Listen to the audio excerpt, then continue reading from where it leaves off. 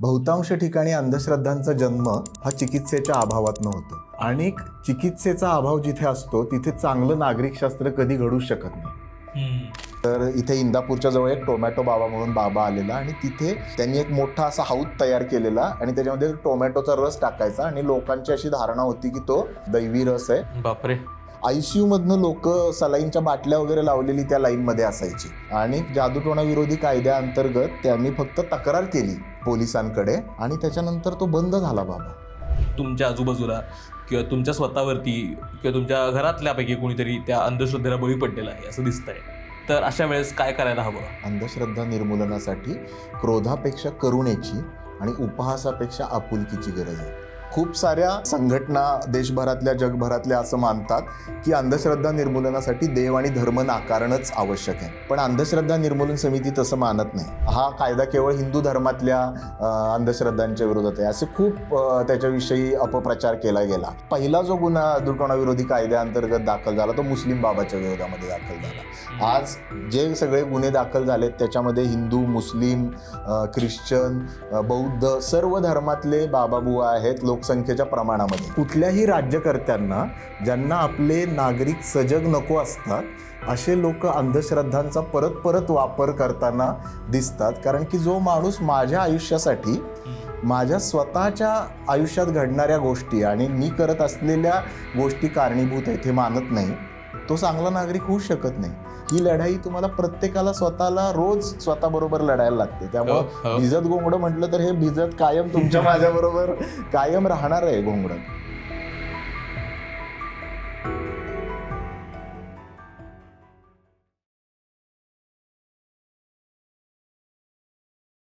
Hello, नमस्कार. मी ओंकार जाधव आणि भिजत घोंगडाच्या नवीन एपिसोडमध्ये तुमच्या सगळ्यांचं खूप स्वागत आहे.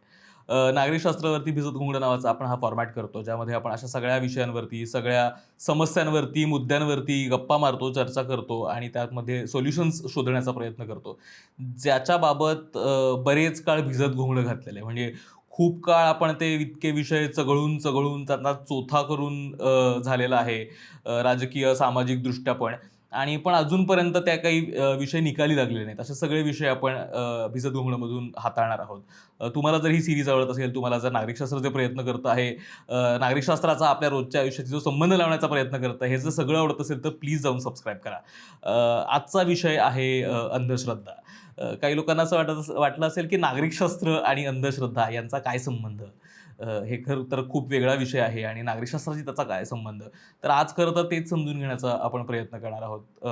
महाराष्ट्रात खरं तर अंधश्रद्धा आणि जादूटोणा विरोधी कायदे अस्तित्वात आहेत, त्याबद्दलची एक यंत्रणा अस्तित्वात आहे, पण त्या पद्धतीचं त्याचं इम्प्लिमेंटेशन होताना दिसतं का? आपल्या आजूबाजूला वेगवेगळ्या घटना आपण बघतो, त्यातनं हे नक्की कुठे चाललं आहे असा एक प्रश्न पडायला लागतो.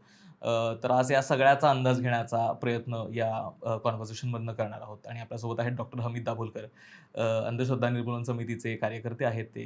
त्यांचा चेहरा, त्यांचं नाव काही आपल्याला नवीन नाही, तर वेलकम हमीद दादा. आपण मला वाटतं सुरुवात इथपासून करू शकलो तर की नागरिकशास्त्र आणि अंधश्रद्धा यांचा आपल्याला कसा संबंध मानता येईल? खरं तर इंटरेस्टिंग प्रश्न आहे हा खूप, आणि मला पण त्यांनी विचारात टाकलं, पण मला एक सूत्र सुचलं. ते सूत्राने आपण सुरुवात करूया की अंधश्रद्धा म्हणजे चिकित्सेचा अभाव. बहुतांश ठिकाणी अंधश्रद्धांचा जन्म हा चिकित्सेच्या अभावात होतो आणि चिकित्सेचा अभाव जिथे असतो तिथे चांगलं नागरिकशास्त्र कधी घडूच शकत नाही. चांगलं नागरिकशास्त्र घडायचं असेल तर तुम्हाला नागरिकांना चिकित्सा करता येणं हे अत्यंत महत्वाची बाब आहे. म्हणजे मर्यादित अर्थाने जर आपण बघितलं तर जादूटोणा विरोधी कायदा आणि अंधश्रद्धा निर्मूलन या सगळ्या गोष्टी त्याच्याशी संबंधित आहे, पण व्यापक अर्थाने जर आपण बघायला गेलं तर अंधश्रद्धा या कशाशी संबंधित असतात तर जन्म, मृत्यू, पाप, पुण्य या सगळ्या ज्या कल्पना आहेत याच्याशी संबंधित अंधश्रद्धांचा जन्म होतो. या नागरिकशास्त्रांच्या विषयामध्ये कुठे येतच नाही. ज्या वेळेला नागरिकशास्त्राचा आपण विचार करायला लागतो त्यावेळेला त्या व्यक्तीचं आत्ता आणि इथे त्यांनी काय करायचंय, त्याची स्वतःची एजन्सी काय आहे, त्याच्यामधनं पूर्ण दैवी भाग हा बाजूला काढला जातो आणि अंधश्रद्धांचा प्रांत ज्या ठिकाणी येतो त्या ठिकाणी मृत्यू पश्चात जीवन, कर्म, त्याचा तुमच्या आयुष्यावरती होणारा परिणाम, ह्या सगळ्या गोष्टी ह्या आधुनिक नागरिकत्वाच्या संकल्पनांशी जवळजवळ विरोधाभासी अशा म्हणाव्या अशा स्वरूपाच्या आहेत. थोडं जर आपण खोलात जाऊन विचार करायला सुरुवात केलं तर म्हणूनच कुठल्याही राज्यकर्त्यांना ज्यांना आपले नागरिक सजग नको असतात असे लोक अंधश्रद्धांचा परत परत वापर करताना दिसतात. कारण की जो माणूस माझ्या आयुष्यासाठी माझ्या स्वतःच्या आयुष्यात घडणाऱ्या गोष्टी आणि मी करत असलेल्या गोष्टी कारणीभूत आहेत हे मानत नाही, तो चांगला नागरिक होऊ शकत नाही. तो जर सतत असा विचार करत असेल की माझ्या आयुष्यात घडणाऱ्या गोष्टींचा काहीतरी दुसऱ्या पारलौकिक गोष्टीशी संबंध आहे, तर तो कसा काय चांगला नागरिक होईल? त्यामुळे या अर्थाने मला म्हणजे to an extend overstatement वाटलं तरी मला असं वाटतं की हे एकमेकांच्या व्यत्यासाकडे जाणारे शब्द आहेत. अंधश्रद्धांमध्ये तुम्ही स्वतःची पूर्ण एजन्सी दुसऱ्या कोणाकडे तरी देता आणि नागरिक शास्त्रामध्ये तुम्ही स्वतः एजंट बनता. या दोन गोष्टी ह्या त्याच्यातल्या अतिशय महत्त्वाच्या बाबी आहेत आणि त्या जर आपण नाही समजून घेतल्या तर मग याच्यातला फरक आपल्याला कळणार नाही. मला पर्स्पेक्टिव्ह मजेशीर वाटतो. म्हणजे चांगला नागरिक म्हणजे काय असतो, तर चांगला नागरिक स्वतःची जबाबदारी आणि कर्तव्य जाणणारा माणूस असतो. आणि खरं तर ज्यावेळेस आपण या कुठल्याही अंधश्रद्धांना बळी नाही पडत त्यावेळेस आपण त्या गोष्टींची त्या घटनांची जबाबदारी आपल्यावरती घेतो आणि आपण त्याला कारणीभूत आहोत आणि त्याची दुरुस्त करण्याची जबाबदारी पण आपल्यावर मानतो. त्यावेळेस खरं तर तिथपासून त्याची सुरुवात होते. अंधश्रद्धाबाबत एक पहिला समज मानला जातो ते म्हणजे फार ग्रामीण भागात चालणारी गोष्ट आहे. म्हणजे हे मला असं वाटतं की त्याच्यावरती आपण थोडा प्रकाश टाकता आला की कितपत प्रमाण आहे शहरी ग्रामीण भागांमध्ये. कारण आता हे बऱ्याचदा म्हणजे आपण कुठल्याही सिग्नलवरती गेलो तर आपल्याला लिंबू मिरची सर्रास मिळते, कुठल्याही शनिवारी गेलं तर सहज असते. आणि मग असं फक्त लिंबू मिरचीच नाही, पण मग कुठल्याही दर्ग्याच्या बाहेर गेलो की ते काहीतरी एक वार असला की मग तावीज विकणारे लोक असतात. मग ते काहीतरी कुठल्या तरी चर्च, जे छोट्या खानी चर्च चालतात, तिथेही काहीतरी एक पवित्र जल म्हणून दिलं जातं आणि यामुळे काहीतरी आजार बरे होतील. असं वेगवेगळ्या धर्मांमध्ये सगळीकडे आपल्याला बघायला मिळतं. तर शहरी आणि ग्रामीण भागांमध्ये त्याचा कितपत व्याप्ती आहे त्या सगळ्याची? आपण अशी एक धारणा समजलेली होती की जसजसा समाज पुढे जाईल, शिक्षण वाढेल, शहरीकरण होईल, तसं तसं अंधश्रद्धा कमी होतील. पण प्रत्यक्षात तसं काही होताना आपल्याला दिसत नाहीये. म्हणजे खरं तर गमतीचा भाग की आपण नवीन अंधश्रद्धांचा जन्म झालेला देखील करोनाच्या कालखंडात बघितला. नवीन देवत म्हणजे करोना मैया, हे तुम्ही नाव कधी ऐकलेलं होतं का? पण करोना नावाची देवी निर्माण झाली आणि तिच्या निमित्ताने अंधश्रद्धा निर्माण झाली. म्हणजे अंधश्रद्धा नवीन नवीन पद्धतीनं जन्माला येत असतात, मानवी धारणा जशा बदलतात तशा. आणि ग्रामीण भागाबरोबर शहरी भागामध्ये देखील जिथे अनिश्चितता निर्माण होते, म्हणजे करोनाच्या कालखंडामध्ये खूप मोठ्या प्रमाणात अनिश्चितता निर्माण झाली. म्हणून वॅक्सिनच्या बरोबरच्या कितीतरी अंधश्रद्धा आपण सगळीकडे बघितल्या. म्हणजे चमचे अंगाला लावतात वॅक्सिन दिल्यानंतर म्हणून ते सगळीकडे सगळ्या देशातल्या लोकांनी ते करून दाखवलं. किंवा जे आत्ता तू सांगितलंस की पुण्यामध्ये येताना आत्ता मी इथे येईस्तोपर्यंतच्या 3 सिग्नलवरती मला लिंबू मिरची विकणारे दिसले. आता या बिल्डिंगच्या शेजारी 2 बिल्डिंग बघितल्या तर तिथे कुत्रे येऊ नयेत म्हणून लाल बाटली भरलेलं पाणी ठेवलेलं आहे. आता कुत्र्यांना लाल रंग कळतच नाही, कुत्रे फक्त ब्लॅक अँड व्हाईटमध्येच बघू शकतात. असं असताना देखील इतके सुशिक्षित लोक हे करताना दिसतात. आता पुण्यामध्ये जर तुम्ही बाजीराव रस्त्याला गेला तर तिथे खड्याचे विकणाऱ्या लोकांची असंख्य दुकानं एका पाठोपाठ एक दिसतात तुम्हाला. ज्योतिषाच्या इतक्या मोठ्या मोठ्या जाहिराती सगळ्या न्यूजपेपरमध्ये येतात. वास्तुशास्त्र आहे, जे आजकाल कुठलीही नवीन मोठी इमारत बांधायची ठरली मोठ्या गावामध्ये, शहरामध्ये, तर आर्किटेक्टच्या पहिल्यांदा आधी वास्तुशास्त्राचा सल्ला घ्यायला जातो. टॅरो कार्ड आहेत. आणि म्हणजे आधुनिक समाजाच्या नवीन आधुनिक अंधश्रद्धा अशा पद्धतीचं पण एक वातावरण आपल्या इथे बदलायला लागलेलं आहे. शहरी भागामध्ये मोठ्या प्रमाणात अनिश्चितता दैनंदिन जीवनातली वाढलेली आहे आणि ज्या ठिकाणी अनिश्चितता वाढते त्या ठिकाणी लोकांना अंधश्रद्धांचा आधार घ्यावासा वाटतं. म्हणजे ग्रामीण भागातल्या करणी, कोंबडा बकरी बळी देणं पासून ते अंगात येणं, भूतबाधा, या तर सगळ्या अंधश्रद्धा आहेतच. पण त्याचबरोबर या नवीन देखील छद्मविज्ञानाच्या नावावरती पसरवल्या जाणाऱ्या अंधश्रद्धा आहेत. डॅक्टिलोग्राफी म्हणून आता नवीन, म्हणजे नवीन नवीन त्याला विज्ञानाची नावं दिली जातात. म्हणजे डॅक्टिलोग्राफी म्हणजे तुमच्या हातावरच्या ज्या रेषा असतात त्याच्यावरून म्हणजे भविष्याचंच एक ॲडव्हान्स स्वरूप, रेकी, अशा म्हणजे विज्ञानाची ना मिड ब्रेन ॲक्टिव्हेशन. आता मिड ब्रेन ॲक्टिव्हेशनची मध्ये खूप म्हणजे ॲक्च्युली मिड ब्रेन ॲक्टिव्हेशन नाव जर आपण ऐकलं तर आपल्याला वाटतं हे काहीतरी वैज्ञानिक आहे, कारण त्याच्यामध्ये मिड ब्रेन विषयी बोललं जातं. प्रत्यक्षात त्याच्यात दावा काय केला जातो, माझ्या मुलाच्या शाळेमध्ये ते मिड ब्रेन ॲक्टिव्हेशनवाले आलेले, दावा काय केला जातो तर तुमच्या मुलाच्या डोळ्यावरती पट्टी बांधली जाईल, त्याला एक ठराविक पद्धतीचं संगीत ऐकवलं जाईल आणि ते संगीत ऐकवल्यानंतर तो डोळ्यावर पट्टी असताना देखील तो मूल वाचू शकतं. आता ते आणि माझ्या मुलाच्या शाळेमध्ये ज्या वेळेला ते आले त्यावेळेला शाळेने त्याला मान्यता दिली हे करायला. मग ज्यावेळेला आम्ही पालक म्हणून जाऊन त्यांच्याशी भेटलो त्यावेळेला मी त्यांना एक साधा प्रश्न विचारला, ज्या मुलाला दिसतं त्याला डोळ्यावर पट्टी बांधून वाचण्याची काय गरज आहे? तर ह्याचा तुम्ही विचार करणार आहे का नाही? आणि जर हे इतकं सोपं असतं तर एक सिम्पल ट्रिक आहे की तुम्ही इथे मागं धरा आणि वाचून दाखवा. तुमच्या आय फील्डमध्ये ते जर नसेल तर तुम्हाला ते दिसणार नाही, किंवा अंध व्यक्तीला वाचून दाखवा. आणि सगळ्यात गमतीचा भाग असा आहे की मिडब्रेनचा आणि दिसण्याचा काहीच संबंध नाही.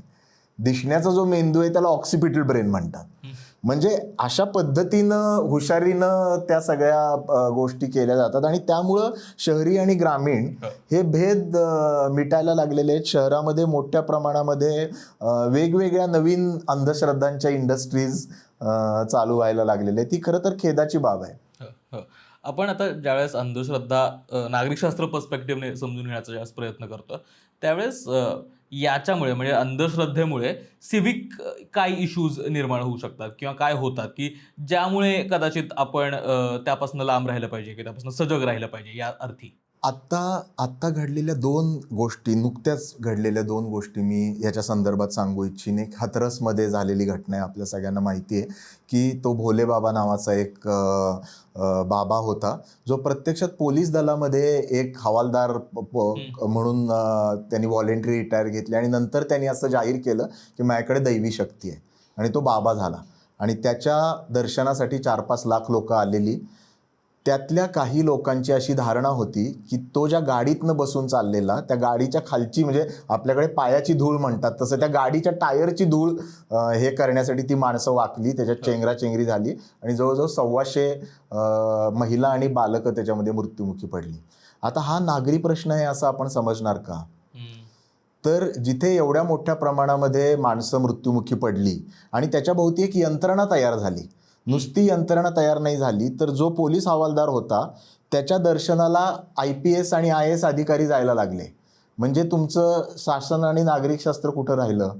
तुमचा त्या राज्यामधला सत्ताधारी पक्ष आणि विरोधी पक्ष दोन्ही पक्षाचे नेते त्याच्या मंचावरती जायला लागले. आणि एवढी मोठी घटना घडून देखील आज त्या बाबाला अटक नाही झालेली. खालच्या काही माणसांचा बळी देऊन ती घटना म्हणजे एकूण नागरिक म्हणून या सगळ्या गोष्टीचा जो प्रभाव, दैवी चमत्काराचा दावा ज्या वेळेला लोक करतात त्याचा नागरिकशास्त्राच्या किती वेगवेगळ्या पातळ्यांवरती प्रभाव पडतो हे आपण लक्षात घेत नाही. ती पूर्ण यंत्रणा ती पोखरायला लागते केवळ एका घटनेपलीकडे. दुसरं उदाहरण मी देतो की सर्वोच्च न्यायालयाने आत्ता गेल्या काही दिवसांपूर्वी एक स्वयंघोषित योगगुरू आहेत त्यांना 2-3 वेळेला चांगले फटकारे दिले. त्याच्यामध्ये महत्त्वाचा मुद्दा काय होता, ते असा दावा करत होते की करोनाच्या कालखंडामध्ये परत सांगून देखील की माझ्याकडे आयुर्वेदिक औषध आहे की ज्याच्यामुळं करोना होत नाही. आता किती घातक दावा आहे हा. आणि तो दावा आणि ज्या लोकांनी ते समजून जर ती करोनाची लस घेण्याऐवजी जर ते गोळी घेतली असती, त्यांचे ड्रॉप्स घेतले असते तर ते जीवाला लक्षावधी लोकांना धोक्यामध्ये घालताय तुम्ही. त्याचबरोबर तुम्ही ज्या वेळेला म्हणता की माझ्या आयुर्वेदिक औषधांनी असाध्य रोग बरे होतात, त्यावेळेला असाध्य रोग असलेल्या प्रत्येक आणि त्याच्या मोठ्या मोठ्या जाहिराती तुम्ही महाराष्ट्रातल्या भारतातल्या सगळ्या प्रमुख वृत्तपत्रांच्या पहिल्या पानावरती देता. त्यावेळेला ते असाध्य रोग असलेली लोक दैवी कशाच्या तरी बरं होण्याच्या धारणेमुळे त्यांच्याकडे जातात. सुप्रीम कोर्टाला देखील तुम्ही लक्षात घ्या, तुम्ही आणि मी सुप्रीम कोर्टाच्या अवमानाविषयी धाडस आहे का, टाप आहे का आपली सुप्रीम कोर्टाच्या विरोधात काही बोलायची? एकदा नोटीस दिली, 2दा नोटीस दिली, 3दा नोटीस दिली, तरी देखील एवढी हे सत्तेभोवती येणारी ज्याला आपण म्हणूया मगरुरी, ही कशात नाही येते. म्हणजे ही नागरिकशास्त्राला किती हानिकारक आहे. नागरिकशास्त्रातला जो मूलभूत गाभा आहे आपला की प्रत्येक व्यक्तीला एक मत आहे, त्याचं कर्तव्य आहे आणि त्याचे हक्क देखील आहेत आणि त्याला बांधणारी एक यंत्रणा आपण व्यक्ती म्हणून उभी करतोय. ज्या वेळेला माणसं अंधश्रद्धेला बळी पडायला लागतात त्यावेळेला त्या यंत्रणेलाच मुळातनं सुरुंग लावायला सुरुवात होते. आणि थोडं पुढे जाऊन जर आपण बघितलं तर अंधश्रद्धेचा सगळ्या धर्मातल्या अंधश्रद्धांचा संबंध हा धर्मश्रद्धेशी असतो. आणि धर्मश्रद्धेची चिकित्सा ही अंधश्रद्धा निर्मूलनातलं एक अतिशय महत्त्वाचं भाग आहे. म्हणजे आपण जर बघितलं तर या देशामध्ये शतकानुशतकं महिलांना शिक्षणाचा अधिकार नव्हता. याला आपण अंधश्रद्धा म्हणणार का? जिला काही वैज्ञानिक बेस नाही ती अंधश्रद्धा आहे. त्या नागरिक देखील म्हणून समजल्या जात नव्हत्या. म्हणजे तुम्ही निम्म्या वर्गाला नागरिक शास्त्र तर पुढची गोष्ट आहे, त्यांना आधी नागरिक तरी होऊ देत. त्यांना तुम्ही नागरिकाचा अधिकार देखील देत नव्हता. ज्या वेळेला सावित्रीबाई फुले आणि ज्योतिबा फुलेंनी मुलींची पहिली शाळा काढली त्यावेळेला समाज म्हणून आपण काय केलं होतं? त्यांच्यावरती शेण आणि दगडगोटे फेकले होते. पण त्यांनी ती धारणा जी शतकानुशतकं चालत असलेली धारणा होती ती बदलली. आज सगळ्या महिला ज्या शिकायला लागल्या त्यातून त्या नागरिक होण्याचा त्यांचा प्रवास सुरू झाला. त्याची सुरुवात कुठे झाली? तर महिला आणि पुरुष यांच्यामधला भेदभाव करणाऱ्या गृहीतकाला त्यांनी क्वेश्चन केलं. एका मोठ्या कालावधीपर्यंत आपल्या समाजामध्ये एका वर्गाला शिक्षणाचा अधिकार नव्हता. याला काय आधार आहे हे चॅलेंज करणं. म्हणजे अंधश्रद्धा म्हणजे फक्त लिंबू मिरची उतारा भूत याच्यापुरतं मर्यादित आपण त्याचा विचार करता कामा नये ना. अंधश्रद्धा निर्मूलन समिती त्याचा कधी तसा विचार करते. जिथे धर्माचा आधार घेऊन लोकांचं शोषण किंवा फसवणूक केली जाते त्या सगळ्या गोष्टी आणि जिथे चिकित्सेला नकार असतो या दोन पातळ्यांवर जर आपण बघायला लागलं तर मग जात ही देखील एक अंधश्रद्धा आहे. कारण जातीला कुठला वैज्ञानिक आधार नाही. स्त्रियांना शिक्षण द्यायचं नाही ही देखील एक अंधश्रद्धाच होती. एका ठराविक जातीतले लोक उच्च आहेत आणि एका ठराविक जातीतले लोक नीच आहेत ही पण अंधश्रद्धाच होती. आणि या सगळ्याचा जितका नागरी जीवनाशी आपला संबंध आहे तितका कशाचाच नाही. मला खूपच महत्त्वाचं वाटतं. म्हणजे हा पर्स्पेक्टिव्हच एकतर खूप महत्त्वाचा वाटतो. कारण कायम कर्मकांड म्हणून वेगवेगळ्या गोष्टींकडे आपण अंधश्रद्धा म्हणून बघतो, पण खरं तर त्याचा खूप मोठा त्यापेक्षा खूप जास्त व्यापक त्याची व्याप्ती आहे. महाराष्ट्रात सुद्धा जादूटोणा विरोधी कायदा अस्तित्वात आहे आणि त्याचं म्हणजे काय एकतर मला हे समजून घ्यायचं आहे की ह्याचं सगळ्याचं मॅन्डेट म्हणजे हे एक्झिक्यूट करण्याचं काम पोलिसांकडे आहे. तर पोलीस कोणत्या बेसिसवरती या श्रद्धा आहेत आणि या अंधश्रद्धा आहेत हे ठरवतात? म्हणजे आपल्याकडे असं काही डॉक्युमेंट आहे का की या गोष्टींना श्रद्धा म्हणायचं या गोष्टींना अंधश्रद्धा म्हणायचं? तर अंधश्रद्धा निर्मूलन समितीचा जो कायदा आहे जादूटोणा विरोधी जो कायदा आहे तो कायदा काय पद्धतीनं काम करतो? खरं हा एक गैरसमज म्हणजे तू बोलता बोलता तो आला. जे लोकांना असं वाटतं की हा अंधश्रद्धा निर्मूलन समितीचा कायदा आहे. तर अंधश्रद्धा निर्मूलन समिती कुठलाच कायदा नाही करू शकत. कायदा आहे तो राज्य शासनाचा आहे. आणि पोलीस जी कुठलीही गोष्ट करतात ती त्या कायद्याच्या चौकटीमध्ये करतात. जवळजवळ 20 वर्षे त्या कायद्यासाठी लढाई लढली गेली. त्यातल्या प्रत्येक कलमावरती विधान परिषदेमध्ये विधानसभेमध्ये संयुक्त चिकित्सा समितीकडे याच्यामध्ये भरपूर घासाघीस झाली. आणि त्यानंतर आत्ता जे प्रारूप आहे जादूटोणा विरोधी कायद्याचं ते चळवळीचा कार्यकर्ता म्हणून मला वाटतं की ते मर्यादित आहे, पण तरी देखील एक खूप महत्त्वाची बाब आहे. आणि ते वेल डॉक्युमेंटेड प्रारूप आहे ज्याच्यामध्ये आपण हे समजून घ्यायला पाहिजे की सगळ्यात पहिला आणि गाभ्याचा जो महत्त्वाचा भाग आहे की त्यामध्ये दैवी चमत्काराचा दावा करणं आणि त्या दाव्याच्या आधारे लोकांना फसवणं आणि ठकवणं हा गुन्हा आहे. ही सरळ सरळ स्पष्ट अतिशय स्पष्ट गाईडलाईन आहे. म्हणजे तुम्ही दैवी चमत्काराचा दावा करायला पाहिजे. नुसता दावा केला म्हणून गुन्हा होत नाही. त्या दाव्याच्या माध्यमातून लोकांना फसवलं किंवा ठकवलं जायला पाहिजे. तर हे सिद्ध होणं आवश्यक आहे. तर ह्या दोन त्याच्यात सगळ्यात महत्त्वाच्या गोष्टी. त्याच्याबरोबर त्याच्या परिशिष्टामध्ये कुठल्या गोष्टी म्हणजे ज्या प्रथा परंपरा असतील, पूर्वीच्या संतांनी केलेले चमत्काराचे दावे असतील, अशा एक मोठी अनुसूची दिलेली आहे की ज्या गोष्टींना तुम्ही अंधश्रद्धा या कायद्या अन्वये म्हणत नाही.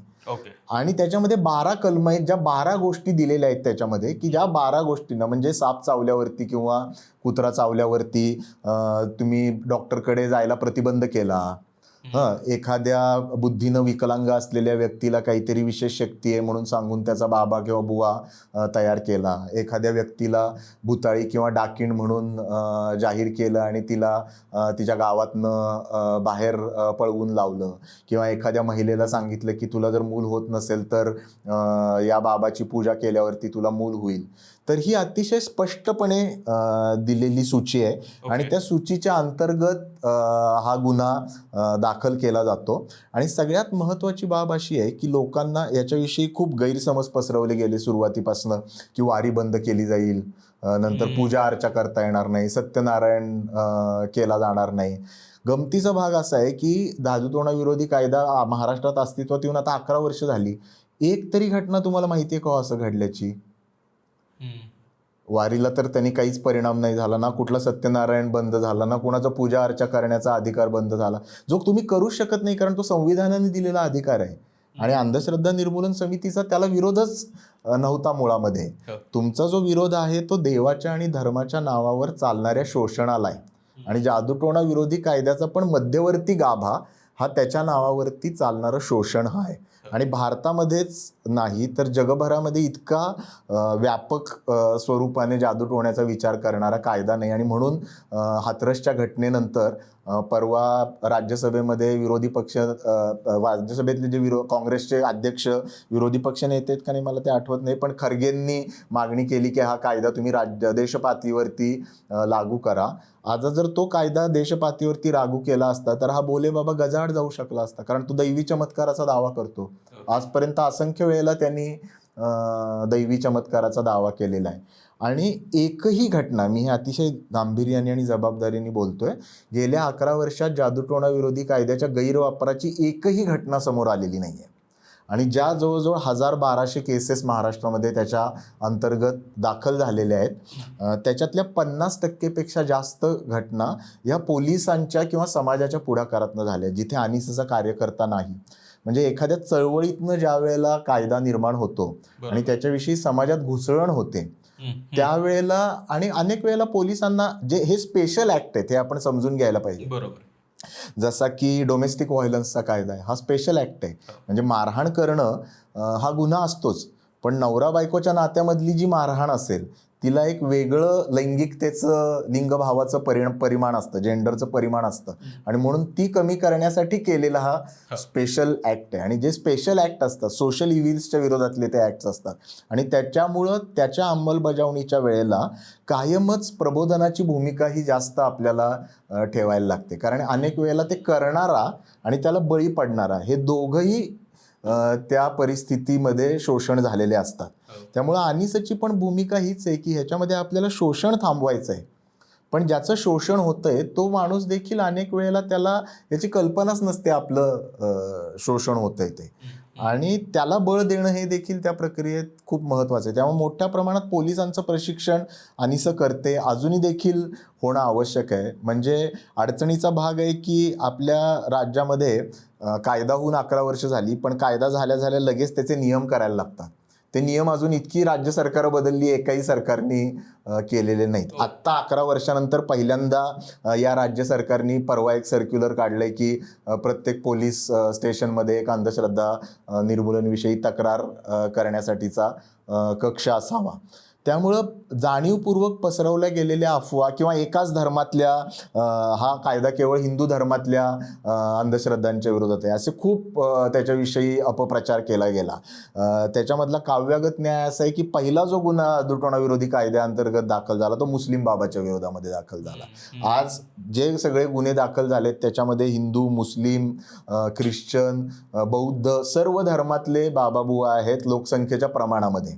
आणि तुम्ही एका धर्माच्या विरोधात असा कायदा करूच शकत नाही. मुळात तुमचा जो विरोध आहे ते सर्व धर्मांमधल्या लोकांचं शोषण करणाऱ्या अंधश्रद्धांना आहे. पण पोलिसांपर्यंत अजून म्हणावं तितका तो कायदा पोचलेलाच नाही, कारण की इतक्या केसेस आमच्याकडे येतात अजूनही देखील, आणि पोलिसांचं त्याच्याविषयी प्रशिक्षण झालं नाही. म्हणजे त्यांच्याकडनं गैरवापर होणं ही तर लांबचीच गोष्ट आहे, ते आहे तो वापर देखील खूप कमी प्रमाणात करताना दिसत आहेत. अंधश्रद्धेबाबत दुसरा एक प्रश्न पडतो की कशाला श्रद्धा म्हणायची आणि कशाला अंधश्रद्धा म्हणायची. म्हणजे आपल्याकडे भारतामध्ये आपल्याला धर्मनिवडीचं, आपल्या काय स्पिरिच्युअल प्रॅक्टिसेस करण्याचं स्वातंत्र्य आपल्याला दिलेलं आहे आणि आपल्याकडे साठी जादूटोणाविरोधी सारखे कायदे सुद्धा अस्तित्वात आहे. तर याला काय पद्धतीने बघायचं, म्हणजे कशाला श्रद्धा म्हणायची, कशाला अंधश्रद्धा म्हणायची, याबाबत थोडंसं बोलू शकलो तर. भारतीय राज्यघटनेमध्ये ह्याच्याविषयी अतिशय चांगल्या पद्धतीनं भूमिका मांडलेली आहे. म्हणजे एका बाजूला तुम्हाला तुमचा धर्म मानण्याचं, देव मानण्याचं स्वातंत्र्य आहे, पण दुसऱ्या बाजूला तुम्हाला तुमचा वैज्ञानिक दृष्टिकोनाचा अंगीकार करणं, प्रत्येक गोष्टीची चिकित्सा करणं, चिकित्सक मनोभाव बाळगणं हे तुमचं कर्तव्य आहे. त्याचबरोबर तुम्हाला हे देखील समजून घ्यायला पाहिजे की तुम्हाला धर्म स्वीकारण्याचं, धर्माचा प्रसार करण्याचं, धर्माचं वर्तन करण्याचं या सगळ्याचं स्वातंत्र्य दिलेलं आहे, पण त्याला देखील मर्यादा घालण्यात आलेल्या आहेत. त्या 3 मर्यादा कुठल्या आहेत तर ज्या ठिकाणी आरोग्य, सार्वजनिक व्यवस्था आणि नैतिकता या 3 गोष्टी ज्या वेळेला धोक्यात येणार नाहीत अशा ठिकाणी तुम्ही त्या गोष्टी करू शकता. धर्माचं आचरण, धर्माचा प्रसार हा एक भाग झाला. अंधश्रद्धा आणि श्रद्धांमधला म्हणजे हे व्यापक संदर्भ आपण समजून घ्यायला पाहिजे. आणि अंधश्रद्धा निर्मूलन समितीची पण तीच भूमिका आहे. खूप साऱ्या संघटना देशभरातल्या, जगभरातल्या असं मानतात की अंधश्रद्धा निर्मूलनासाठी देव आणि धर्म नाकारणंच आवश्यक आहे. त्यांची अशी धारणा असते की देव आणि धर्म याच आद्य अंधश्रद्धा आहेत. पण अंधश्रद्धा निर्मूलन समिती तसं मानत नाही. अंधश्रद्धा निर्मूलन समिती असं मानते की भारतीय संविधानाने प्रत्येक व्यक्तीला देव मानण्याचा, न मानण्याचा अधिकार दिलेला आहे. तो त्याचा मूलभूत घटनात्मक अधिकार आहे. आमची धारणा अतिशय सोपी गोष्ट आहे की ज्या कुठल्या तुमच्या श्रद्धा असतील, धारणा असतील, त्यांच्यामुळे दुसऱ्याचं शोषण होत नाही आहे ना, आणि तुमच्या स्वतःचं शोषण होत नाही ना. ज्या ठिकाणी व्यक्तीचं शोषण व्हायला लागतं स्वतःचं किंवा समाजाचं, तिथे त्या श्रद्धेचा अंधश्रद्धेकडे प्रवास सुरू होतो. दुसरी बाब त्याच्यामधली जी आहे ती अशी आहे की चिकित्सा करण्याला त्या माणसाची तयारी आहे का. जसं बाबासाहेब आंबेडकर एक उदाहरण द्यायचे की सोन्याला आगीचं भय नसतं. जर तुमची श्रद्धा ही सोन्यासारखी असेल तर तिला आगीचं भय असण्याचं काही कारण नाही. जर ते सोनं नसेल तर ते जळून गेलं तर वाईट वाटण्याचं काहीच कारण नाही. आणि जर ते सोनं असेल तर ते तावून सुलाखून निघेलच. त्याच्यामुळं तुमच्या श्रद्धेला चिकित्सेचं वावडं, म्हणजे आजकाल कसं झालंय की स्वतःच्या श्रद्धेला भावना दुखावण्याचा सर्व धर्मीय लोकांनी जो काही मुलामा लावून घेतलाय, ज्याच्यामुळं तुम्ही चिकित्साच करू शकत नाही. आणि त्यामुळं मग चिकित्सा न करता श्रद्धा आणि अंधश्रद्धांमधली रेषा हे करणं, पाळणं हे अवघड होतं. हे देखील आपल्याला समजून घ्यायला पाहिजे की ज्या गोष्टीला वैज्ञानिक आधार नाही अशा काही गोष्टी रूढ अर्थाने मानवी मनाला आकर्षित करतात. मानवी जीवन उन्नत करण्यासाठी त्यांचा फायदा होतो. म्हणजे उदाहरण देतो मी तुम्हाला एक की मी असं मानतो किंवा माझे वडील असं मानत होते की शेवटी विजय सत्याचाच होईल. आता रूढ अर्थाने ह्याला काही वैज्ञानिक आधार नाही. ह्याची जर चिकित्सा आपण करायला लागलो तर आपल्या लक्षात येईल की इतिहासात असं काही घडलेलं नाही. प्रत्यक्षामध्ये आपला दैनंदिन जीवनातला अनुभव पण तसा नाही. परंतु ही धारणा ही तुम्हाला स्वतःचं आणि मानवी जीवन उन्नत करण्यासाठी मदत करणारी धारणा आहे. आणि त्या धारणेला तुम्ही श्रद्धा म्हणा, धारणा म्हणा, तिला रूढ अर्थाने वैज्ञानिक आधार नाही आहे काही, पण त्याच्यातनं कोणाचं शोषण होत नाही आहे, तिचा चिकित्सेला नकार नाही आहे, त्याच्या सगळ्या चिकित्सेसकट याचा स्वीकार आपण केलेला आहे, पण मानवी जीवन उन्नत करण्याची त्याच्यामध्ये शक्यता आहे. तर ह्या 3 बाबींचा मला वाटतं श्रद्धा आणि अंधश्रद्धा वेगळ्या करताना विचार करणं आवश्यक आहे. आपण आता कायद्याबद्दल पण बोलत होतो. तर म्हणजे खरं तर ज्या अंधश्रद्धा आहेत त्या सामाजिक आहेत. म्हणजे मी आजपासून एखादी गोष्ट पाळायची किंवा नाही करायचं असं ठरलं असं नाही होत. ती काय अंधश्रद्धा म्हणून पसरते आणि ती सामाजिक अंधश्रद्धा बनून जाते. तर अशा वेळेस कायदा म्हणून त्यात कितपत अंकुश ठेवण्याचं काम करू शकतो. कारण खरं तर कायद्याने आपण हे करायचं नाही हे सांगतो आहे, पण त्याचा जो मूळ जिथून त्या निर्माण होत आहेत, त्या व्युत्पत्ती होत आहेत, त्याच्यावरती तर आपण काही करत नाही. आणि याचा प्रबोधनावरती तर काही फार विशेष काम होताना दिसत नाही. तर या सगळ्याबद्दल आपण बोलू शकतो तर. नक्कीच हे खूप महत्त्वाचं आहे आणि अंधश्रद्धा निर्मूलन समितीची सुरुवातीपासूनची भूमिका आहे. आम्ही 4 सूत्रांना धरून काम करतो. त्याच्यामध्ये शोषण करणाऱ्या अंधश्रद्धांना विरोध हे त्यातलं एक सूत्र आहे आणि त्या सूत्राचा कृती कार्यक्रम हा जादूटोणा विरोधी कायदा होता. पण त्याला धरून आणखीन 3 सूत्रांना धरून अंधश्रद्धा निर्मूलन समिती काम करते. डॉक्टर नरेंद्र दाभोळकरांनी सांगितलेली ती सूत्र आहेत. त्यातलं पहिलं सूत्र आहे वैज्ञानिक दृष्टिकोनाचा प्रचार, प्रसार आणि अंगीकार. तो म्हणजे वैज्ञानिक दृष्टिकोन म्हणजे काय, तर सोप्या भाषेत सांगायचं झालं तर जेवढा पुरावा तितका विश्वास. चिकित्सा करण्याची जी संस्कृती आपल्या समाजामध्ये नाही आहे तिला बढावा देणं, वैज्ञानिक दृष्टिकोनाचा प्रचार प्रसार समाजामध्ये करणं हे अतिशय आवश्यक आहे. नुसत्या कायद्यांनी ते काही लोकांनी चिकित्सा करायला शिकलं पाहिजे आणि शालेय वयापासनं लोकांनी चिकित्सा करायला शिकलं पाहिजे. हे एक अतिशय महत्त्वाचं भाग आहे त्यातला. दुसरा मला वाटतं तितकाच महत्त्वाचा भाग आहे तो म्हणजे धर्माची विधायक आणि कृतिशील चिकित्सा. हे कदाचित ऐकताना थोडंसं अवघड वाटेल पण मी तुम्हाला सोपं उदाहरण देतो. म्हणजे गणपती आता जवळ आलेले आहेत. जवळजवळ 25 वर्षापूर्वी आनिसनी पर्यावरणपूरक गणपतीची चळवळ चालू केली. त्यावेळेला तिला प्रचंड विरोध झालेला होता. कार्यकर्त्यांना मारहाण सहन करायला लागली. आज काय परिस्थिती आहे? पुण्यातले 5 मानाचे गणपती गेल्या 5 वर्षापासून त्यांनी असं जाहीर केलेलं आहे की ज्यावेळेला दुष्काळ पडलेला त्यावेळेला की आम्ही विसर्जित करणार नाही गणपतींचं. आज सगळं कुठलंही शासन असो ते गणपती विसर्जनासाठी कुंड करतं, निर्माल्यापासून खत करतं. 25 वर्ष झाली आज समाजाने तो बदल मर्यादित अर्थानं का होईना स्वीकारलेला आहे. यामागची धारणा काय होती, यामागची आनिसची भूमिका काय होती, तर आपल्या देवाची आणि धर्माची जी संकल्पना आहे ती आपण तपासून बघूया.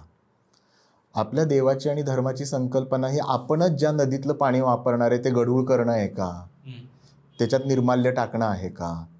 आपण गणेश उत्सवाला विरोध नाही केलेला, पर्यावरणपूरक गणपती करूया म्हटलंय, फटाके मुक्त दिवाळी करूया म्हटलंय, किंवा होळी लहान करूया, पोळी दान करूया. आता हे जे सगळे आहेत हे कृतिशील धर्मचिकित्सेचे कार्यक्रम आहे आणि विधायक आहेत ते. मग त्याच्यामध्ये धर्माला अधिक उन्नत करण्याचं काम आहे ना हे. त्याच्यामुळे धर्मातल्या डॉक्टर नरेंद्र दाभोळकरांच्या 9व्या स्मृती दिनाच्या कार्यक्रमाला सदानंद मोरे सर कार्यक्रमाला अध्यक्ष म्हणून आलेले. तुकारामांचे वंशज आहेत, संत साहित्याचे अभ्यासक आहेत. त्यांनी अतिशय गांभीर्याने हे विधार केलेलं. ते असं म्हटले होते की नरेंद्र दाभोळकर आणि अंधश्रद्धा निर्मूलनाची चळवळ ही धर्माची मित्र आहे, धर्माची शत्रू नाही. जे धर्मातल्या चांगल्या गोष्टींना पुढे आणण्याचा प्रयत्न करतं आणि त्याच्यातल्या वाईट गोष्टींना बाजूला ठेवण्याचा प्रयत्न करते, तर त्याला आपल्या समाजामध्ये पूर्वपरंपरा पार धर्माचे शत्रू म्हणजे फुलेंना त्यांच्या कालखंडामध्ये तेच समजलं गेलं, आंबेडकरांना तेच समजलं गेलं. त्यामुळं हे आपण समजून घ्यायला पाहिजे आणि आनिसची पण हीच भूमिका राहिलेली आहे. त्यामुळं तू जे म्हणत होतास तिथून आपण गेलो की विज्ञानाचा प्रचार प्रसार, धर्माची चिकित्सा हे कायद्याच्या अंमलबजावणीबरोबर तितक्याच महत्त्वाच्या गोष्टी आहेत. जर समाज मन याच्यासाठी तयार नाही झालं तर नुसता कायदा काही करू शकत नाही. पण कायदा देखील महत्त्वाचा असतो हे आपण लक्षात घ्यायला पाहिजे. मी उदाहरण देतो. तुम्हाला आठवत असेल 5-1 वर्षापूर्वी, 5-6 वर्षापूर्वी पुण्याच्या जवळ एक टोमॅटो बाबा नावाचा बाबा आला होता. जवळ 7-8 वर्ष झाली असतील. तर इथे इंदापूरच्या जवळ एक टोमॅटो बाबा म्हणून बाबा आलेला आणि तिथे दिवसाला शब्दशः लाखभर लोक जात होती. बापरे. त्यांनी एक मोठा असा हौद तयार केलेला आणि त्याच्यामध्ये टोमॅटोचा रस टाकायचा आणि लोकांची अशी धारणा होती की तो दैवी रस आहे. ICU मधनं लोक सलाईनच्या बाटल्या वगैरे लावलेली त्या लाईनमध्ये असायची. हे पुण्याजवळ 40-50 इंदापूरच्या जवळची गोष्ट आहे. आणि जादूटोणा विरोधी कायद्याअंतर्गत त्यांनी फक्त तक्रार केली पोलिसांकडे आणि त्याच्यानंतर तो बंद झाला बाबा. आणि बंद झाला तो आज तागायत परत नाही आला. म्हणजे तो किती लोकांचं शोषण करत होता एक बाबा, काही लाख लोकांचं शोषण करत होता. आता परवा आमच्या सातारा जिल्ह्यातली मी घटना सांगतो तुम्हाला की वाईजवळ एका गावामध्ये एक मोठा 10 फूट खोल 15 फूट लांब असा खड्डा खणलेला होता आणि तिथे लिंबू मिरची मंत्र साहित्य वगैरे सगळं टाकलेलं होतं. गावकऱ्यांनी आमच्या कार्यकर्त्यांना हे केलं, कॉन्टॅक्ट केला. आम्ही पोलिसांकडे गेलो. दक्षता अधिकारी कायद्याअंतर्गत त्या दक्षता अधिकाऱ्याला तिथे जाऊन चौकशी करण्याचा अधिकार आहे. त्यांनी ती सगळी माहिती घेतली, त्याला गावामध्ये चौकशी केली आणि त्यांच्या लक्षात आलं की काही लोक तिथे काही चुकीच्या गोष्टी करण्याचा प्रयत्न करत होते. अगदी नरबळीपर्यंत जाण्याची शक्यता होती. मग पोलिसांनी हस्तक्षेप केला. त्या बाबाला, आता गुन्हा तर घडला नव्हता, त्या बाबाला त्यांनी वॉर्निंग दिली. आता तुम्ही रडारवरती आलाय म्हटल्यावरती स्वाभाविकपणे म्हणजे त्याला एका बाजूला प्रिव्हेंटिव्ह पण अंग आहे आणि दुसऱ्या बाजूला क्युरेटिव्ह पण अंग आहे. त्यामुळे जोपर्यंत हा कायदा नव्हता तोपर्यंत तो माणूस म्हणायचा हा माझ्या धर्माचा भाग आहे. त्यामुळं कायद्याने एका पातळीवरती ज्याचं शोषण झालंय त्याला त्याच्या विरोधामध्ये दाद मागण्याचा हक्क मिळतो. परंतु त्याचबरोबर तुम्हाला वैज्ञानिक दृष्टिकोनाचा प्रचार प्रसार, धर्माची चिकित्सा करण्याची संस्कृती, अनेक व्यापक परिवर्तनाच्या चळवळीशी जोडून घेणं, ह्या सगळ्या गोष्टी महत्त्वाच्या आहेत. तेच आणि त्याच्यामध्ये आपल्याला हे देखील हळूहळू लक्षात घ्यायला पाहिजे की गेल्या काही कालखंडामध्ये आपल्या आजूबाजूला समाजामध्ये धर्मानी एक खूप मध्यवर्ती स्थान व्यापलेलं आहे आणि त्या स्थानाचा परिणाम हा अनेक वेळेला चिकित्सा नाकारणं किंवा कुठल्याही चिकित्सेला केवळ हे आपल्याच बाबतीत का बोलतात, दुसऱ्या बाबतीत का बोलत नाहीत, या धारणेतनं बघणं. आता आपण हे समजून घेत नाही की जर अंधश्रद्धा निर्मूलनाचं काम चांगलं असेल, डॉक्टर नरेंद्र दाभोळकर हे म्हणायचे की जी चांगली गोष्ट आहे त्या गोष्टीची सुरुवात मी माझ्या घरापासूनच करणार ना. माझ्या घरामध्ये जर कचरा असेल तर तो साफ करायची सुरुवात मी माझ्या घरापासूनच करणार. तुम्ही त्याला म्हणता का तुम्ही पहिल्यांदा शेजारच्या घरातला कचरा साफ करा?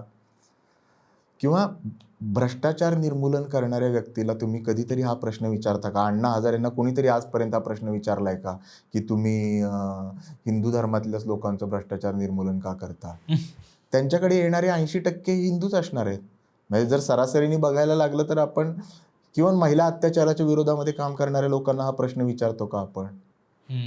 पण हे लोकांनी आपल्याला समजून घ्यायला पाहिजे की चिकित्सा केल्याने किंवा प्रश्न विचारल्याने आपला धर्म कमजोर होत नाही. उलट त्यातल्या चुकीच्या गोष्टी बाजूला जातात आणि त्यातलं जे मूळ रूप आहे, जे मानवतावादी रूप आहे, माणसाला उन्नत करणारं रूप आहे, ते पुढे येतं. तर ह्या सगळ्या गोष्टी एकमेकांच्या बरोबरीनं घडल्या तर अंधश्रद्धा निर्मूलन होऊ शकतं रूढ अर्थाने. आणि त्याच्या पुढचा देखील एक भाग आहे जो डॉक्टर नरेंद्र दाभोळकर म्हणायचे, तो असा आहे की ही चळवळ मूळ तिचा काम जरी अंधश्रद्धा निर्मूलनापासून सुरू झालं असलं तरी ते असं म्हणायचे की माझी चळवळ ही कशाच तरी विरोधात नाही आहे, मला काहीतरी स्थापन करायचं आहे या समाजामध्ये. आणि ते स्थापन काय करायचं आहे तर विज्ञाननिष्ठ मानवतावादी समाज स्थापन करायचा आहे, विवेकनिष्ठ समाज स्थापन करायचा आहे. म्हणजे काय, जो तुमच्या नागरिकशास्त्राशी परत खूप जवळून येऊन, नागरिकशास्त्रामधलं मूलभूत घटक काय आहे की त्याच्यामध्ये मानवाचं कल्याण, पारलौकिक कल्याणाविषयी नागरिकशास्त्र काही चर्चा करत नाही, मानवाच्या कल्याणाविषयी विचार करतं. आणि त्याच्यातले पण जे सगळे कायदे आहेत ते कशावरनं ठरवले जातात, ते कुठल्या तरी ग्रंथात दिलेत म्हणून नाही ठरवले जात, ते व्यापक लोकांचं हित आणि ज्याला काहीतरी कार्यकारण भावाने आपण ते सिद्ध करू शकतो अशा स्वरूपाचं हित, हे नागरिकशास्त्रातला पाया आहे ना. त्यामुळं विवेकी विचार हा केवळ अंधश्रद्धा निर्मूलनापुरता मर्यादित नाही आहे. आता वायनाडमध्ये जे घडलं, जे समाज म्हणून आपण विवेक गमावल्याचं लक्षण आहे. तुम्ही पर्यावरणीय विवेक ही महत्त्वाची बाब आहे, त्याच्यामध्ये तुम्ही विज्ञानवादी पद्धतीनं धोरणं आखणार, कायदे ठरवणार, नागरिक म्हणून जबाबदाऱ्या पार पाडणार का जे मनाला येईल ते करणार, का धर्माने सांगितलंय म्हणून करणार, धर्मग्रंथांनी सांगितलंय म्हणून करणार. तर विवेकवादी समाजाची निर्मिती करणं हे अनिसच्या कामाचं सगळ्यात आणि त्यामुळं ते एका अर्थाने एक न संपणारा प्रवास आहे असं डॉक्टर नरेंद्र दाभोळकर म्हणायचे की ही लढाई तुम्हाला प्रत्येकाला स्वतःला रोज स्वतःबरोबर लढायला लागते. त्यामुळं भिजत घोंगडं म्हटलं तर हे भिजत कायम तुमच्या माझ्याबरोबर कायम राहणार आहे घोंगडं. कारण हे पण आपण समजून घ्यायला पाहिजे की माणसाचं मन ज्या पद्धतीनं तयार झालंय त्याच्यामध्ये मी मानसोपचार तज्ज्ञ म्हणून मी हे अधिक समजू शकतो की त्याच्यामध्ये एक भावनांचा मेंदू आहे आणि एक विचारांचा मेंदू आहे आणि पुरेसा ताण आला तर कुठलाही माणूस हा अवैज्ञानिक विचार करायला किंवा अंधश्रद्धांना बळी पडू शकतो. त्यामुळं आपण असं समजू नये की बाबा मी ह्याच्यापेक्षा काहीतरी वेगळं आहे. आता गमतीनं काही वेळेला आम्ही असं म्हणतो की फेक न्यूज या आधुनिक जगाच्या अंधश्रद्धा आहेत.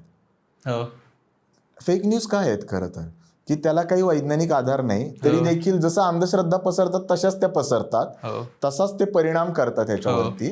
त्याला काही वैज्ञानिकता नाही. पण तिथे पण तुम्हाला परत स्वतःचा विवेक, कार्यकारण भाव, चिकित्सक बुद्धी वापरायला लागते. त्यामुळे तो समाज निर्माण करणं हे नागरिक शास्त्राच्या दृष्टीनं इथे तर आपण कशापासून तरी मुक्ती मिळवतोय फक्त, पण एक चांगला समाज घडवणं जे नागरिक शास्त्राचं प्रमुख उद्दिष्ट आहे तर त्याच्यासाठीची मनोभूमिका समाजांची तयार करणं हे अंधश्रद्धा निर्मूलन समितीचं खरं काम आहे. बरोबर.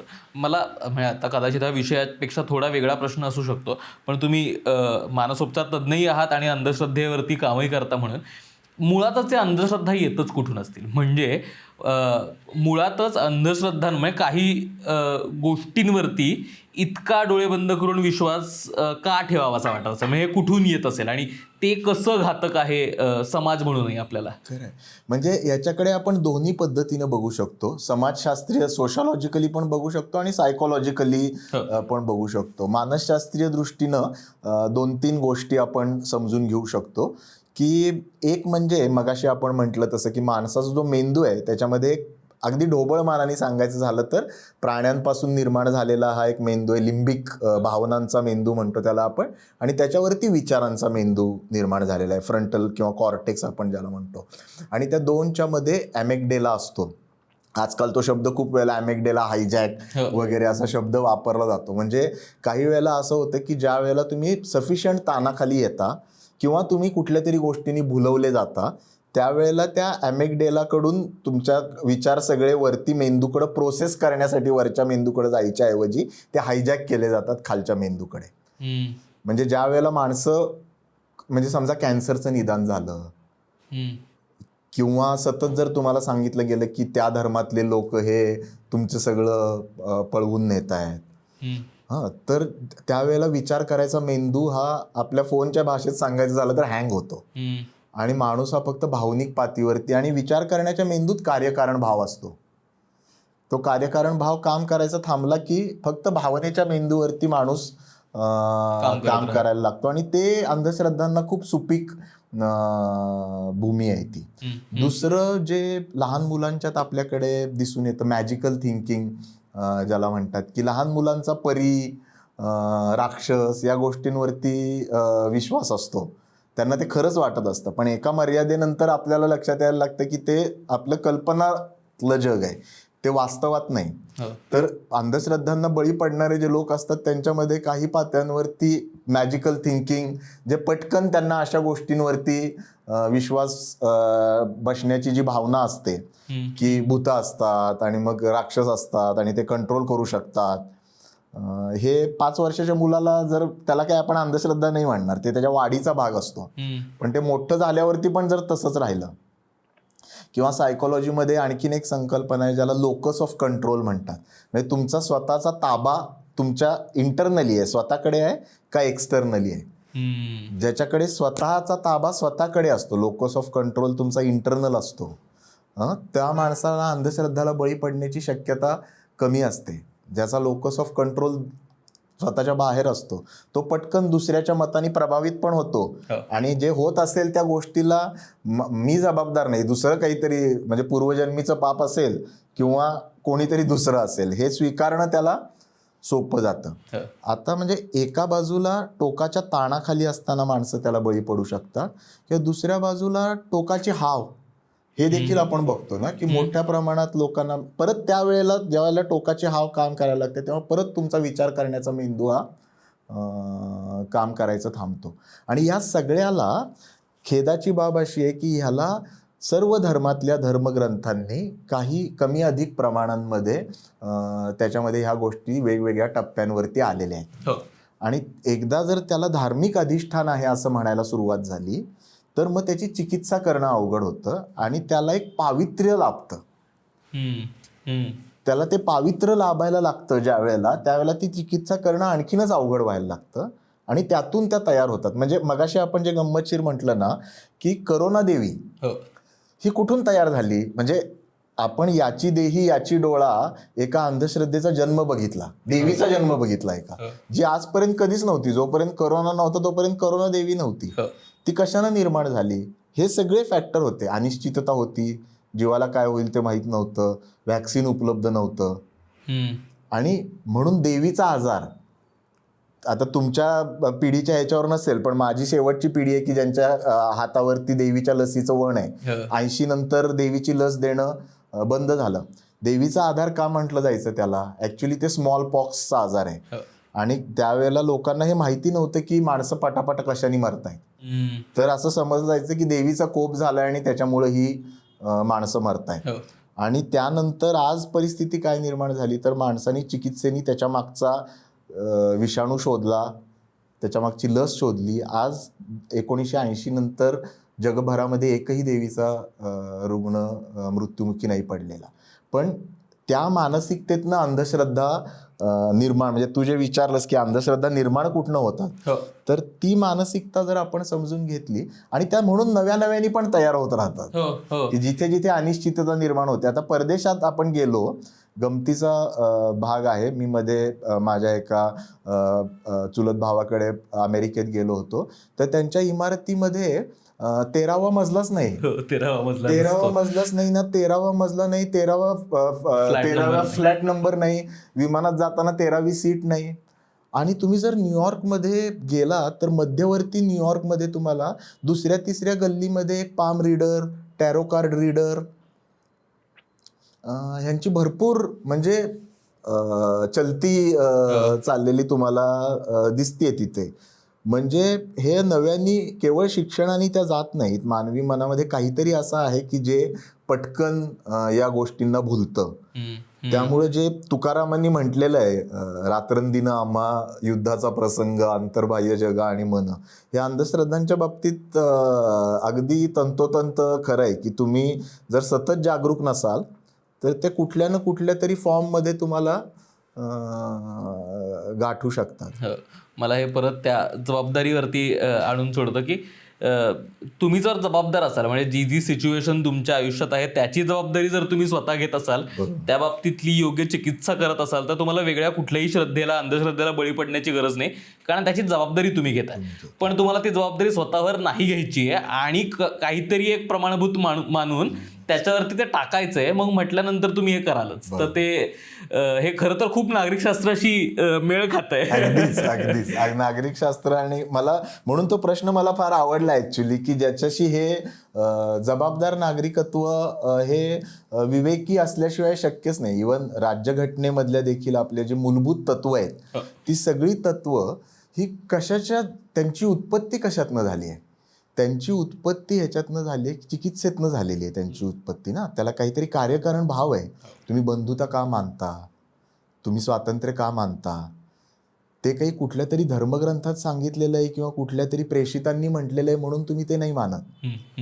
मानवी हित, मानवी विकास, आणि ते तुम्ही बदलू पण शकता, हा त्यातला जो फंडामेंटल भाग आहे. त्यामुळे रूढ अर्थाने जर आपल्याला चांगलं नागरिक व्हायचं असेल तर तू म्हटलंस ते अगदीच खरं आहे. आणि म्हणून काही वेळेला गमतीनं आम्ही असं म्हणतो की अंधश्रद्धा निर्मूलन समितीपेक्षा आमचं नाव सोपं लोकांना कळावं असं डोकं चालवा चळवळ, की तुम्ही डोकं चालवा. आणि कुठल्याही बाबतीत ना, म्हणजे मला येताना मी विचार करत होतो नागरिकशास्त्र आणि ह्याचा ना, म्हणजे एक मला आता पावसाळा चालू आहे आणि सगळे रस्ते प्रचंड खराब झालेले आहेत आपल्या इथले.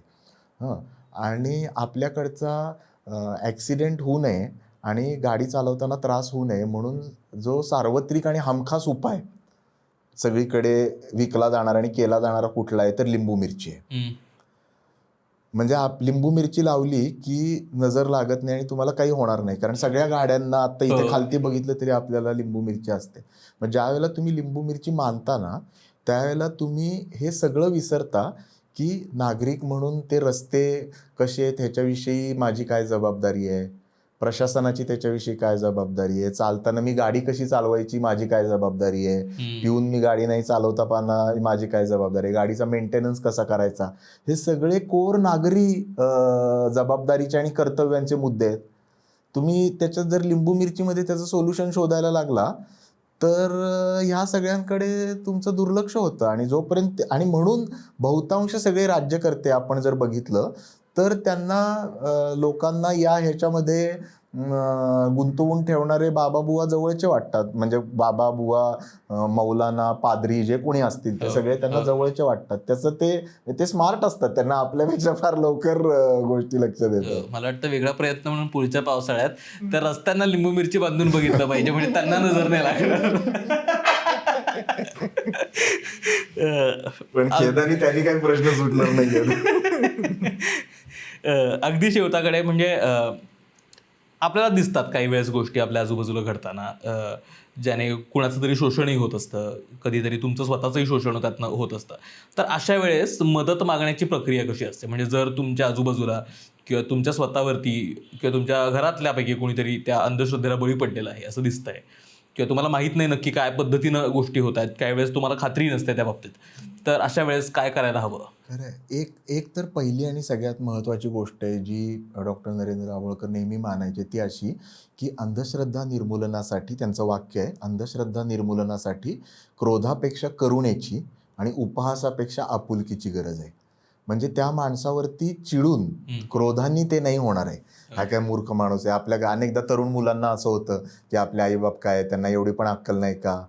तर ते शतकानुशतकं चालत आलेल्या त्या गोष्टी आहेत. त्यामुळे ते क्रोधानी ते आपण समजून घ्यायला पाहिजे. तो माणूस त्या का करतोय, त्याला का बळी पडलाय तो, आणि त्याचा उपवास करून पण उपयोग नाही. ते आपुलकी हे फार महत्त्वाचं आहे. ही भूमिका जर तुमची नसेल, आणि अनिसच्या कामाची ही कायम भूमिका राहिली आहे की दुसऱ्याला कोणाला तरी कमी दाखवावं, त्याला अक्कल शिकवावी, याच्यासाठी हे काम नाही आहे.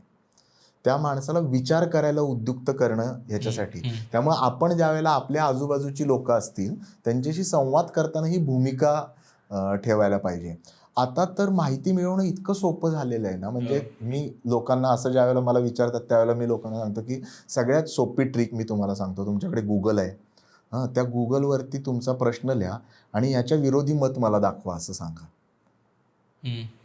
तर त्याची विरोधी मतं येतात ना. जर तुम्हाला कोणी असं म्हणत असेल की मी पैशाचा पाऊस पाडतो, तर याच्या विरोधातली मतं मला सांगा म्हटलं तर गुगल ती पण देते तुम्हाला. कुठलाही विचार, कुठलीही धारणा, कुठलाही क्लेम याच्याकडे जोपर्यंत पुरावा नाही तोपर्यंत आपण त्याच्याकडे फक्त क्लेम म्हणून किंवा हायपोथिसिस म्हणूनच बघायला पाहिजे.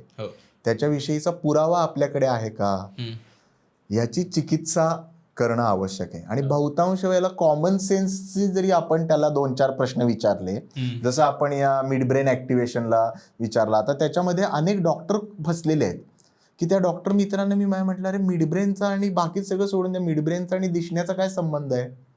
हा एक कॉमन सेन्सचा प्रश्न आहे. तो साधा कॉमन सेन्सचा प्रश्न जरी तुम्ही विचारला तरी बहुतांश वेळेला त्याची उत्तरं तुम्हाला मिळतात. आता गुगल सारख्या गोष्टी तुमच्या दिमातीला आहेत की बाबा तुम्हाला जर ज्योतिषाविषयी तुम्हाला प्रश्न असतील, ज्योतिषाकडे जायचं का नाही, तर तुम्ही गुगलला विचारा ना की ज्योतिषाचं काउंटर आर्ग्युमेंट काय आहे, तर देतं ना ते काउंटर आर्ग्युमेंट तुम्हाला. मग तुम्ही विचार करा, त्याचा वापर करा. हे काउंटर आर्ग्युमेंट समजून तरी घेऊया आपण. आपण फसवले जातोय ना त्याच्यामध्ये. म्हणजे आपण जसा साबण घेताना चिकित्सा करतो ना, 4 ठिकाणचे हे करतो, तसं या गोष्टीला विचार करताना पण चिकित्सा जरी केली तर बहुतांश वेळेला त्यातलं खरं खोटं आपल्याला समजून जातं. जर त्यांनी देखील ते होत नसेल तर मला वाटतं की आता तर महाराष्ट्रात जादूटोणा विरोधी कायदा आहे, त्याच्यामुळं प्रत्येक पोलीस स्टेशनचा सिनियर PI हा दक्षता अधिकारी आहे. त्यामुळे अशा जर घटना कुठे घडत असतील तर तुम्ही त्या सिनियर PIला जाऊन सांगू शकता. त्याला आता ही जबाबदारी आहे की तो तिथे जाऊन, अधिकार आहे की तो तिथे जाऊन चौकशी करू शकतो, माहिती घेऊ शकतो, प्रतिबंधात्मक कारवाई करू शकतो. आता तर शासनाने जादूटोणा विरोधी कायद्याविषयी कक्ष स्थापन करण्याची घोषणा केली आहे. आता ही नागरिकांची जबाबदारी आहे की त्यांनी ते होत आहेत का नाहीत ते बघणं, त्या ठिकाणी जाऊन तक्रार दाखल करणं. अनेकदा असं देखील आमच्या लक्षात येतं की लोकांना असं वाटत असतं की माझी आता फसवणूक झाली आहे, तर आता आम्ही अनिसकडे तक्रार करतो आणि आता तुम्ही बघा सगळं. तर मी नाही तक्रार करणार, माझं नाव नाही पुढे येता कामा. तर ही धारणा काही जबाबदार नागरिकत्वाची नाही. म्हणजे ते अनिसकडे फायर ब्रिगेड म्हणून बघत होतात, ते आग लागली आहे तिथे जावं आणि ते बुजवा. जर तुमची फसवणूक झाली आहे तर तुम्ही तक्रार द्यायला तरी पुढे यायला पाहिजे. त्याच्याविषयीचे पुरावे हे अनेकदा लोक करत नाहीत, कारण की त्याच्यामध्ये एक प्रकारचं एम्बॅरेसमेंट असते ना, की आपण अशा गोष्टीला कसं काय फसलो. तर ते धाडस दाखवणं, ते मान्य करणं हे देखील महत्वाचं आहे. किंवा जवळच्या अनिसच्या कार्यकर्त्यांना तुम्ही संपर्क करू शकता. तर अशा अनेक गोष्टी मला वाटतं अंधश्रद्धाला, किंवा तुमच्या इथे अशा कुठल्या जर प्रथा परंपरा चालू असतील की ज्या समाजाला घातक आहेत, तर त्याच्याविषयी समाजाशी संवाद आपण चालू करू शकतो. त्यामुळे याविषयी मदत मिळवून घेणं हे अजिबात अवघड नाही आहे. आणि त्यासाठी आपण फक्त डोळे उघडे ठेवायला पाहिजे. बरोबर. आता अगदी शेवटचा प्रश्न ते म्हणजे कधीही रॅन्डम म्हणजे इंस्टाग्राम स्क्रोल केलं ना, 10-12 रील्स गेल्या की एक काहीतरी भयानक भलत्या रील्स दिसायला लागतात. म्हणजे एकतर ते एक्सप्लिसिट कॉन्टेंट म्हणूनही काही वेळेस तुम्हाला दिसतो की कुणीतरी काहीतरी पूजा करतं आहे, कुणीतरी मांत्रिक काहीतरी सांगतो आहे असलं काहीतरी दिसतं, किंवा मग काय टॅरोपासनं ते वेगवेगळ्या भलत्याच गोष्टी दिसायला लागतात. तर सोशल मीडियामुळे सुद्धा ना याचं एक्सपोजर आणि परत परत दिसण्याचं प्रमाण फार वाढलंय. तर काय पद्धतीनं या कॉन्टेंटसोबत सुद्धा इंटरॅक्ट करणं गरजेचं आहे? कारण त्याच्या खाली कॉमेंट्स वाचायला गेलो की मग 100 मंत्र दिलेले असतात आणि काही तोटके सांगणारी लोक त्याच्यात खाली कॉमेंट्समध्ये असतात की हे हवं असेल तर हे करा, हे हवं असेल तर हे करा. तर त्यात आर्थिक फसवणुकीला पण लोक फार बळी पडतात. तर त्याच्याबद्दल अगदी थोडक्यात बोलू शकतो आपण. पण हे खूप महत्त्वाचा मुद्दा आहे. आणि आत्ता मागच्या आठवड्यात सुप्रीम कोर्टाने रामदेव बाबांच्या केसमध्ये एक ऑर्डर दिलेली आहे की अशा स्वरूपाच्या फसव्या जाहिरातींच्या विषयी केंद्र शासनाने डॅशबोर्ड तयार करावा आणि जिथे तातडीनं त्यांची दखल घेणारी एक यंत्रणा उभी करावी. कारण यातल्या बहुतांश जर तुम्ही बघितलं तर त्यांनी जो दिलेली ऑर्डर आहे ती आरोग्यविषयी आहे प्रामुख्याने, पण तिचं एक्सपान्शन करून हे सगळं सहज करता येऊ शकतं. आणि सोशल मीडियाचा वापर हा वैज्ञानिक दृष्टिकोन पसरवण्यासाठी जेवढा केला जातो त्याच्या लक्षावधी पटीनं चुकीच्या गोष्टी पसरवण्यासाठी केला जातो. त्याच्यामुळं यांना चाप लावणारी एक यंत्रणा, म्हणजे हे बेकायदेशीर आहे सरळ जाहिराती अशा स्वरूपाच्या करणं. सोशल मीडियाने आपल्या मेनस्ट्रीम मीडियामध्ये देखील प्रचंड मोठ्या प्रमाणात अशा जाहिराती येतात. त्यामुळे त्यांच्याविषयी गुन्हा दाखल करण्याची एक यंत्रणा तयार होणं अतिशय आवश्यक आहे. औरंगाबाद हायकोर्टाने 3 वर्षापूर्वी महाराष्ट्र शासनाला जादूटोणा विरोधी कायद्याचा आधार घेऊन असे डिरेक्शन दिले होते की तुम्ही महसुली विभागाने निहाय अशी ट्रिब्युनल तयार करा की जिथे या जाहिरातींच्या विरोधामध्ये हे करता येईल, गुन्हा दाखल करता येऊ शकेल. त्यामुळं ते मला वाटतं एक करता येऊ शकेल. काही ठिकाणी दक्षता अधिकाऱ्यांकडे त्यांची तक्रार करून आपण चेक करणं आवश्यक आहे की प्रत्यक्षात त्याच्यावरती कारवाई. आम्ही काही ठिकाणी अशा केलेल्या आहेत की यूट्यूब चॅनलवरती असे दावे केले जातात आमच्या इथे, तर त्या ठिकाणी जाऊन आपण कारवाई करू शकतो. पण कमीत कमी आपण परत मगाशी जे म्हटलं ते की आपण त्याला किती बळी पडायचं, म्हणजे क्षणभर आपण थांबून विचार करायला पाहिजे की बाबा हे आपण वाचतोय ते काय आहे, ह्याच्या विरोधी मत काय असू शकेल. एवढा एक कमीत कमी विचार तरी आपण ह्याच्या विरोधी हे खरंच होऊ शकतं का, हे कॉमन सेन्समध्ये बसतंय का आपल्या, याच्या विरोधी मत काय असू शकेल. एक 4 आपल्या चिकित्सक मित्रमैत्रिणींना विचारून बघूया की तुमचं काय मत आहे याच्याविषयी. एवढं जरी केलं तरी मला वाटतं त्याच्यात आपण बळी पडणार नाही त्याला. आणि मला याच्याही पुढे जाऊन अजून एक थोडंसं असं वाटतं की जर आपल्याला या पद्धतीचा कॉन्टेंट दिसत असेल, म्हणजे जर तुम्ही इंस्टाग्रामवर, फेसबुकवर, यूट्यूबवर कुठल्या तरी माध्यमातून हा कन्झ्युम करत असाल, तुमच्यापर्यंत तर येत असेल. म्हणजे काही वेळेस ते विनोदी रील्सच्या स्वरूपात येतं, काही वेळेस बातमी म्हणून येते. जी गोष्ट आपल्याला आपल्या बुद्धीला पटत नाही अशी गोष्ट रिपोर्ट करण्याचं तरी काम आपण डेफिनेटली करू शकतो. म्हणजे नागरिकत्वाचं महत्वाचं, डिजिटल नागरिकत्वाचं म्हणजे जर तुम्हाला पुढे पाठवायचं नाहीये, तुम्ही कन्झ्युम करताय आणि तुम्ही ते परत परत बघताय, तर त्या अल्गोरिदमला असं वाटणार आहे की तुम्हाला हे आवडतं आहे आणि तुमच्यासारख्या आणखीन 4 लोकांना दाखवलं पाहिजे. तर तुम्हाला जर त्या कॉन्टेंटसोबत तुम्ही रेझोनेट करत असाल तर ॲटलिस्ट रिपोर्ट करण्याचं काम तुम्ही करू शकाल. म्हणजे काही पातळीवर तरी ते थांबण्याचा प्रयत्न तुम्ही तुमच्या बाजूने केलेला असेल. तर खूप खूप धन्यवाद अमित दादा. अंधश्रद्धा आणि नागरिकशास्त्राचा आपण जो काही आज मेळ घालत हे कॉन्व्हर्सेशन केलंय, फार फार मजा आली. खूप खूप आभार. धन्यवाद. तुम्हाला आजचा एपिसोड कसा वाटला वाटला नक्की कळवा. प्लीज सबस्क्राईब करा. काय वाटतो आहे एपिसोड, आणखीन कोणकोणते विषय भिजत घोंगडंमध्ये तुम्हाला ऐकायला आवडतील, असे कोणते जवळचे विषय वाटत आहेत ज्याबाबत तुम्हाला असं वाटतं भिजत घोंगडं घातलेलं आहे आणि आपण बोलूयात त्याबद्दलचे काही सोल्युशन्स असतील ते त्या विषयातल्या तज्ज्ञांकडनं जाणून घेण्याचा प्रयत्न करूयात. धन्यवाद.